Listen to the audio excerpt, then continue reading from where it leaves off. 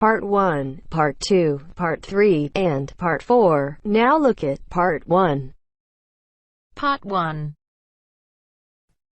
There will be time for you to read the instructions and questions, and you will have a chance to check your work.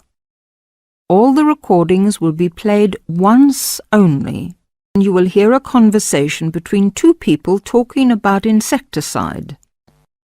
First, you have some time to look at questions 1 to 5.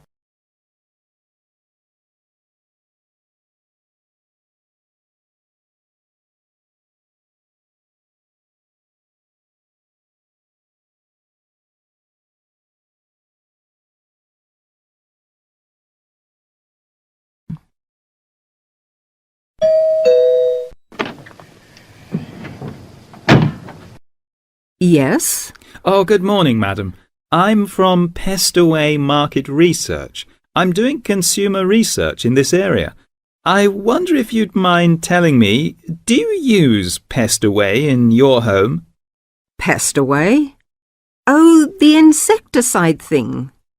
Well, yes, as a matter of fact, I do. What do you use it for, madam? Fleas, ants, cockroaches, woodworm? Oh, cockroaches. This is an old house, you see, and we often get cockroaches in the kitchen. I tried scrubbing and disinfecting, but it didn't seem to do much good. And then I heard a commercial about Pestaway, so I thought I'd try that. Was that on TV? No, it was radio, one of those early morning shows. You heard it advertised on the radio? Fine. And you say you use it in the kitchen. Do you use it anywhere else in the house? In the bathroom, say? Oh, no. We've never had any trouble anywhere else. We get the odd wasp in the summer sometimes, but I don't bother about them. It's the cockroaches I don't like. Nasty, creepy, crawly things. And you find Pestaway does the trick? Well, yes, it's quite good. It gets rid of most of them. How long have you been using it, madam? Oh, let's see. About 2 years now, I think. About 2 years. And how often do you find you have to spray? Oh, I give the kitchen a good spray round the skirtings and under the stove, you know, about every 6 weeks. Every 6 weeks or so, I see. Before you hear the rest of the conversation, you have some time to look at questions 6 to 10.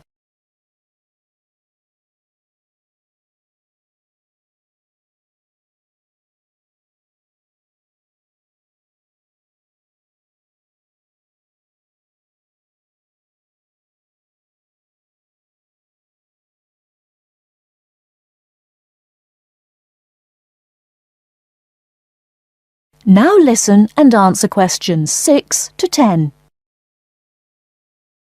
About every 6 weeks. Every 6 weeks or so, I see.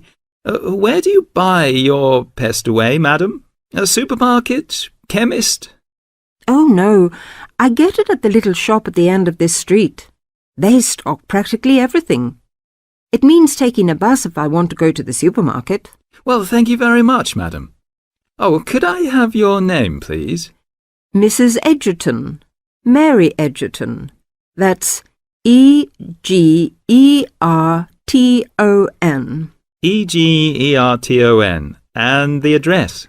The address is 12 Holly, Peterford. 12 Peterford.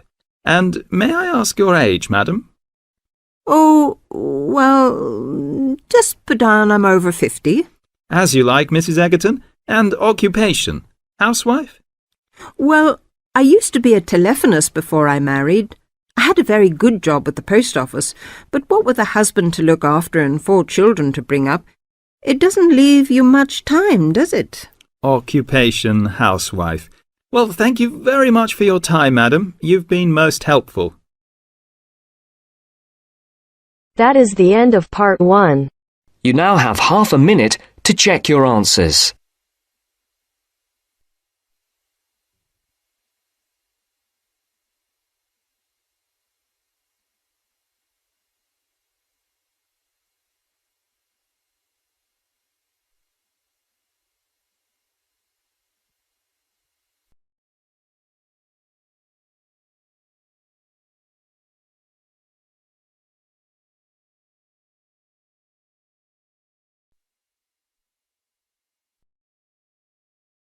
Now turns to Part 2.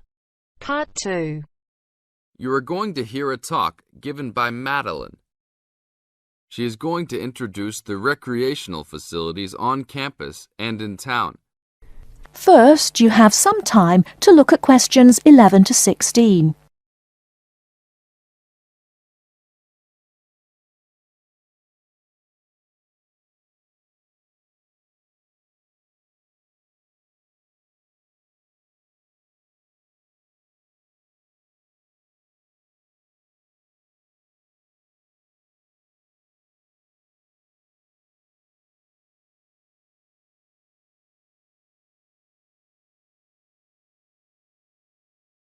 Now, listen carefully and answer questions 11 to 16. Well, good morning, everybody. My name's Madeline Stewart, and I'm here to tell you about the recreational facilities available on campus, and also to tell you something about what the town has to offer. You may already know that your Students' Union membership also includes membership of the Sports Union, which provides a range of sporting and recreational facilities on campus, much the same as those in most British universities. The Sports Union has football, tennis, and cricket teams in local competitions. And really, most sports are catered for in some way on campus, even if they're just social matches. In the building itself, there are fitness classes and a full gym, including weights. The Sports Union can also provide cheap tickets to some major sporting events. And to keep you up to date with everything available, there's a weekly newsletter distributed around the campus. You should check this to find out the names and phone numbers of the contact people for each sport or activity you're interested in. Yes, did you have a question? Yes, apart from what you've just said, does the Sports Union offer individual help in any of its activities, for example, in getting fit and healthy? Yes, we do. The Sports Union has a fitness assessment clinic every Friday, staffed by the resident sports trainer, who can provide advice on the best program for you and refer you to various charts. I'm sure you all realize that for any medical assessment or health problem, you should go to the University Medical Service. The sports trainer can also advise you on a suitable training program using the weights. And now on to Ashbury. Before you hear the rest of the talk, you have some time to look at questions 17 to 20.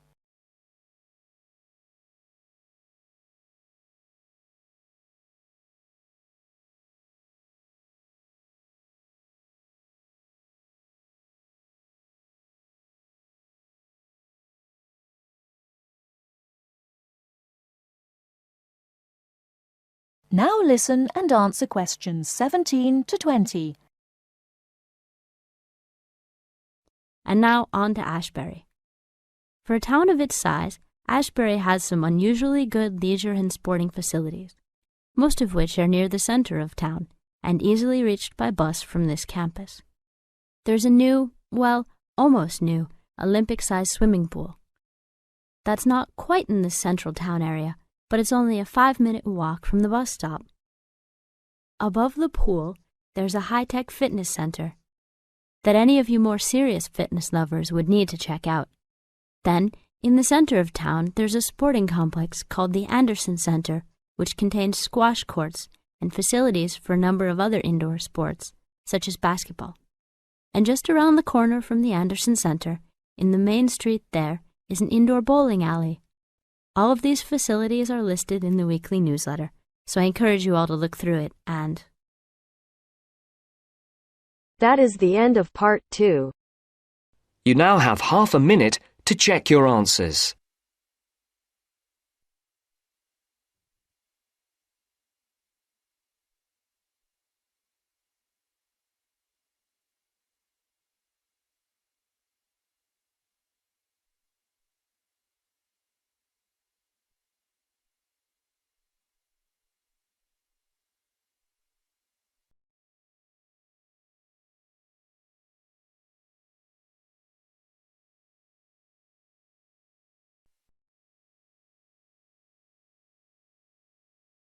Now turns to Part 3. Part 3. You will hear a group of students, Henry, Joe, Nancy, and Gordon, discussing changes to their work experience placement arrangements. First, you have some time to look at questions 21 to 26.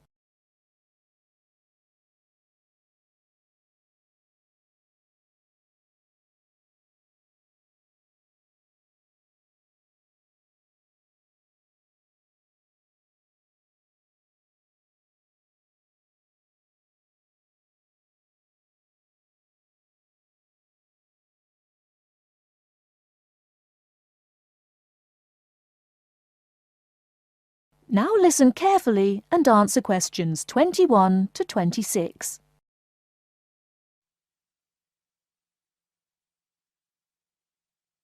Look, there's the notice that Professor Jones told us he'd be putting up confirming the details of our work experience placements. But I thought that was already arranged. No, he said he'd have to check with the companies that the days we preferred were okay for them. Let's see if any have changed. Teresa's not here today, but her name's first. It says the Uni Bookshop, Friday mornings starting on the 23rd of March. So nothing's changed. I'll let her know. What about Manuel? He's not here either. Is he still going to the music store in the high street?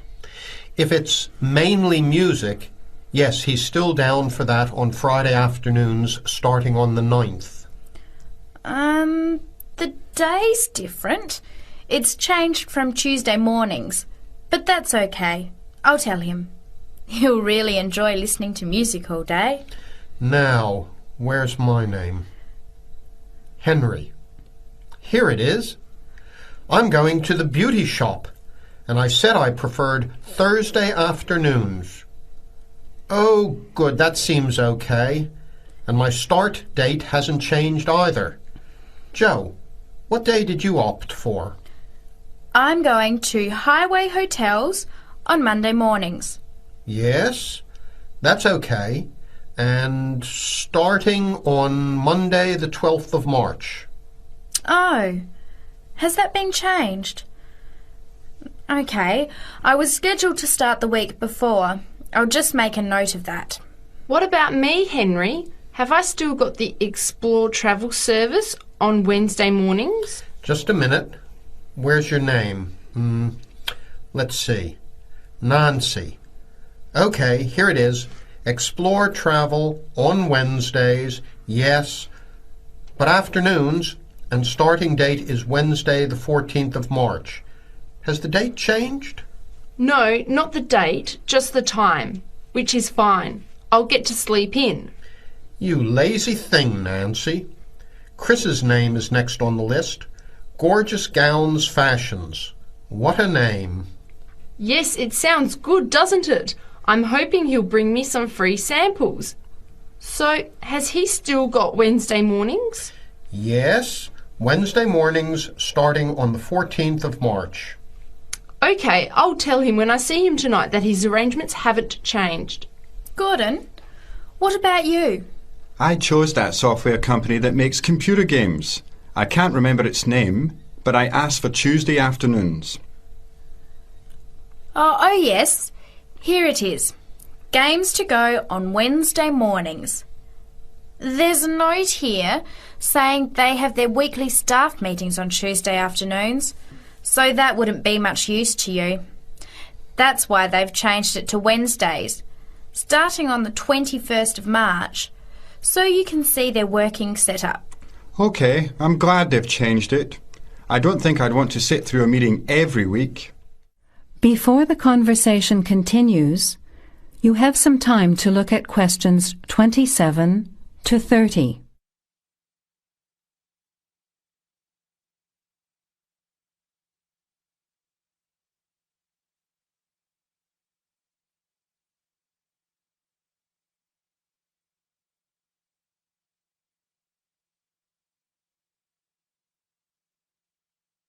Now, as the conversation continues, answer questions 27 to 30. Can someone remind me what time we have to get to our placement in the afternoons? It says here Mornings start at 9 a.m. and afternoon sessions at 1 p.m. Oh, that's a shame. I thought Professor Jones was going to change it to 9:30 a.m. and 1:30 p.m. Yes, he did say that he'd try to make it later, but obviously that wasn't possible. By the way, just in case, what happens if we're ill or something and can't make it? Do we phone the college or the place we're going to? I think we have to phone the company first and then the college. Didn't you get the information sheet about work experience at our last seminar? No, I missed it because I had to go to the dentist. What else did it say? Well, we have to do a total of 24 hours altogether. So if we miss one of the arranged sessions, we have to organise another time to make up the hours. And he gave us details of the presentation we have to give about our work experience. Oh, really? What do we have to do? In week 10, we each have to give a presentation to the class about the company we've been with. It's 30% of our final mark for this subject, so it's going to be a lot of work. Yes, he's expecting us to do a lot of research while we're there so that we can outline the history of the company, its management structure, number of employees, other branches, etc. And he said we should use lots of visuals such as diagrams and flowcharts during the presentation. Yes, and we should also include what we did each week, the different departments of the company or positions that we observed, and try to relate what we saw to our studies so far. He gave examples like management style, accounting systems, information technology, and so on. You were right. It sounds like lots of work. That is the end of part 3. You now have half a minute to check your answers.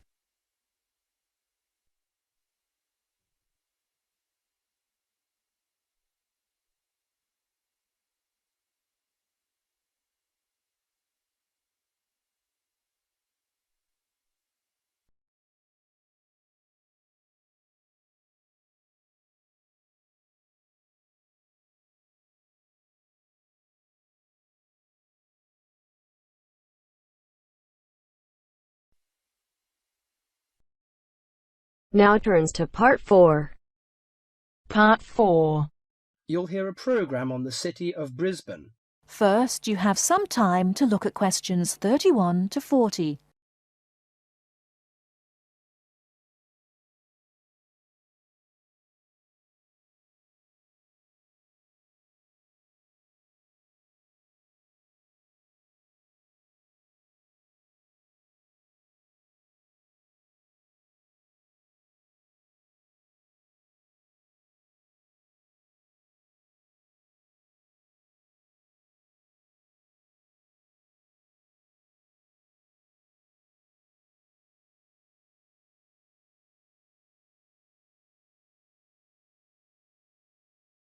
Now listen carefully and answer questions 31 to 40.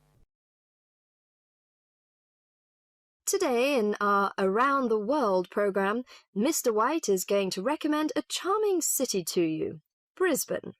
Good morning, ladies and gentlemen. Have you ever been to Brisbane? Well, if you are looking for a mild climate, a relaxed atmosphere, and a lot of culture, Brisbane might be the place for you. Its sunny cafes and offshore islands attract surfers and sun lovers, but it is also the arts capital of Queensland, with many museums and art galleries. This thriving artistic setting mixes well with Brisbane's beach town atmosphere. Together, these two qualities make Brisbane a very desirable place to live. No wonder since 1980 over 500,000 Australians have moved here. Brisbane is now Australia's third largest city. English settlers living in Australia established Brisbane in 1842. At that time, more than 100,000 Aboriginal Australians were living in Queensland. As the settlers discovered Queensland's resources, more and more of them moved in. Regretfully, the settlers drove the Aboriginal Australians from their lands. By 1859, Brisbane had grown into a prosperous city. In 1988, the world watched as Brisbane hosted the World Expo. This international fair showcased new technology, but it also showed off the city of Brisbane to the world. Brisbane also hosts a wide range of events year-round. In April, everyone can enjoy a few laughs at the Comedy Festival, and movie lovers will enjoy a film festival that takes place every August. For 2 weeks in September, there is an outdoor festival of the arts. In October, a music festival draws a large crowd. And in January, you can see Brisbane's most bizarre event. You may be surprised to hear that. The annual cockroach races. That's right, people really do train and race cockroaches. Brisbane's nice climate and compact design makes it easy to explore on foot. Follow the golden arrows in the footpath around the city centre. This will lead you on a tour of Brisbane's historical district. From the city centre, take a boat across the Brisbane River to South Bank. This area is popular for its bike paths, beach and weekend market. Hundreds of artists display their wares at this market.